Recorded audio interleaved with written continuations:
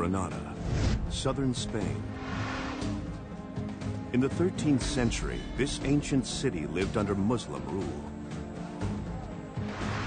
It stood at the point where the Great Granada Plain rose to join the mountains of the Sierra Nevada.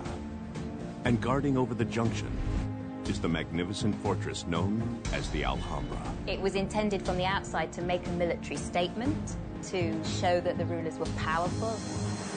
But it's not just a fortress. It's a spectacular network of palaces, each different, built by a succession of sultans across 150 years. Each new ruler has to build a new palace because if you're a ruler, you have to build. These palaces are surrounded by an exquisite suite of gardens, cooled by pools of fountains fed by fresh mountain water. All watched over by a brooding fortress designed to intimidate. Yet, for all its beautiful bravado, the Alhambra is not a triumphalist monument. It was born of fear. It is 1238 AD. The Muslim world has been under attack from Christian crusaders for over a century.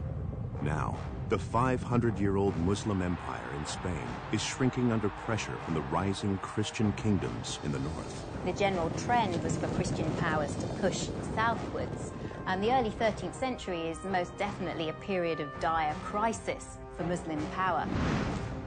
For Dr. Amira Benison, this is a turning point in the history of Muslim Spain. They faced pressure from Castile and then Aragon in the eastern part of what became Spain. The empire collapsed, and it was in the period of collapse that we see local lords like Muhammad I of the Nasrid dynasty beginning to carve out a niche for themselves. Not much is known about Muhammad ibn Nazir before he enters Granada. He was just one of the many minor sultans warring over the scraps of the fading Muslim empire. When Castile advanced on his northern territories, he headed south and took over Granada under circumstances that are shrouded in mystery. He's an opportunist, if you like, an enterprising individual who's making best use of the political circumstances of the time to try and secure the allegiance of various cities, including Granada. Once there, Muhammad climbs the wooded slopes above Granada in search of a location to build a fortress in which he can safeguard his family, the Nazarids, from the Christian advance. He hears of a fort built 100 years earlier by a previous dynasty and climbs the hill to investigate. Before him, the ancient Arab castle sits on the Sabika Hill, framed by the mountains of the Sierra Nevada. It is the perfect site for a fortress. In his mind's eye, he can see it grow before him.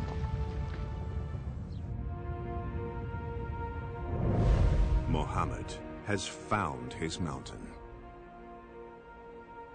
The Sabika Hill is a good place for a fortress because it's a hill nearly 100 meters high. Don Antonio Orihuela is an expert in the architecture of the Alhambra. He believes the geography of the area is perfect for a stronghold. And in the back are the last hills of Sierra Nevada, so no army could enter the hill from behind. Muhammad instantly recognizes the site's defensive possibilities. He starts to outline the citadel of his dreams. The first step is to rebuild the existing fortress, known as the Alcazaba, into a stronghold large enough to support his troops.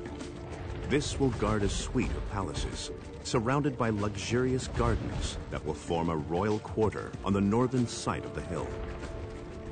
And beside it, a township called a Medina, housing the hundreds of people needed to run this royal bastion. Encircling it will be a gigantic perimeter wall, dotted with guard towers to fight off marauding attackers. But first, he must build a watchtower.